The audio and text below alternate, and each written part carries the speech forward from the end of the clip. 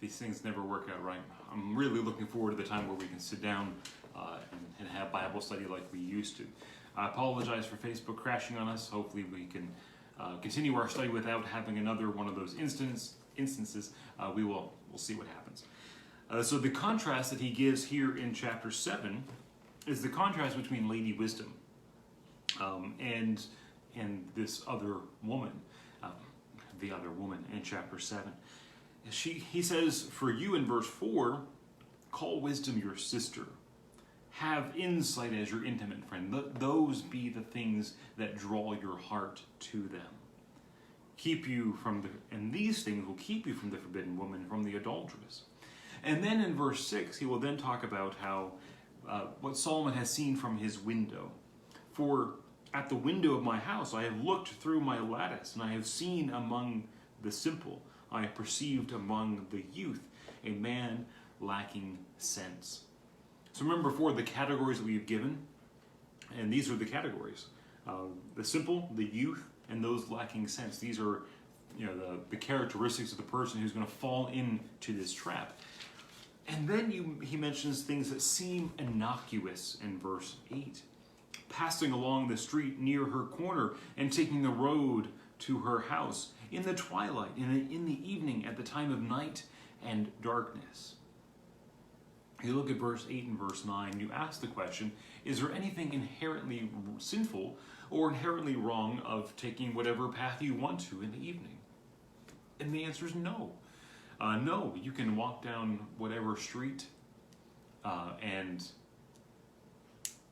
that's not inherently wrong by any means. But as you look here, I was talking to Lee this week, and he had given me kind of some insight that he was given when he was younger, and to pass it on to me, I thought it was a really interesting correlation or interesting way of speaking of it.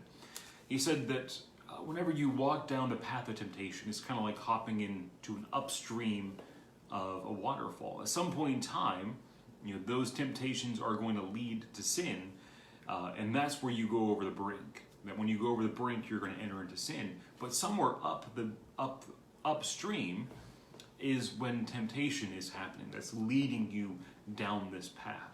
There are points in time along that stream where you can get out and you can avoid the sin. But there's some point in time where you're going to be sucked down over that waterfall. And here is somebody who, in verse 8 and verse 9, is starting in that path leading towards this problem. And he describes these people as individuals who are lacking in sense, individuals who are youth and simple. These are the people who are going to just, I'll just pass by the house and see what's going on. It's nothing really that bad. And then in verse 10 is the next step that happens. As you move further down the stream, behold, the woman meets him. And she's dressed as a prostitute, a wily of heart. She is loud and wayward. I remember back in chapter 2 that wisdom cries aloud in the street and in the middle of the city. This is some of that imagery here, but the difference is completely different. Here she is loud, but she is also wayward. And her feet do not stay at home. Now in the street and now in the market, in every corner she lies in wait. And she seizes him, and she kisses him. And with bold face she says to him, I have made sacrifices today, and I have paid my vows. There's a lot that kind of goes into the imagery here. There are some indications, you go over to Song of Solomon chapter 8, that it seems to be some indication that under Jewish society, public displays of affection were not prominent at this point in time, or at least looked down upon. Here is someone who is going to do those things boldly and brazenly. And so she's going to seize him in verse 13 and kiss him. And then she's going to, with bold face, say in verse 14 that she's offered sacrifices. The indication being that the sacrifice is not that I've prepaid for my sins or that I'm overly religious. It seems to be that she has taken this offering to the priest, and now she has what's the word I'm looking for? The scarcity or the pleasures of having food or meat inside of her house. And so she's going to have these delicacies. That's the word I was looking for, delicacies. So she's going to have these delicacies in her house. And to go with that same theme in verse 14 of having the sacrificed meat in her house, she says, "Now I have come out to meet you and to seek you eagerly, and I have found you. I have spread out my couch with coverings and colored linens from the Egyptian linens. I have perfumed my bed with myrrh and aloes and cinnamon. And come and let us take our fill until morning." There are some things she's going to lay the full spread out. She's going to make things enticing. And then she says, "Come, let us delight ourselves with love, for my husband is not at home." And he's gone away on a journey. He's taken a full bag of money with him, and he won't come back into the full moon. And with much seductive speech, she persuades him, and with smooth talk, she compels him. And all at once, he follows her. There's what we're talking about. There was this line of temptation that's coming along, and that at some point in time, over the brink, he goes. And he goes as an ox goes to the slaughter, and as a stag gets caught fast, until an arrow pierces its liver, as a bird who rushes into a snare, and he does not know that it will cost him his life.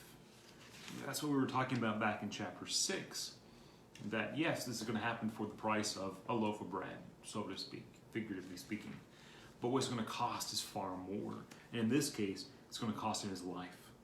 There are so many things that are tempting and desirous about this, so many things that seem so right, and yet it's him rushing into a snare and into the slaughterhouse for himself. And so here in verse 24, "And now, O sons, listen to me and be attentive to my words of my mouth. Let not your heart turn aside to her ways. Do not stray into her path, for many victims have been laid low."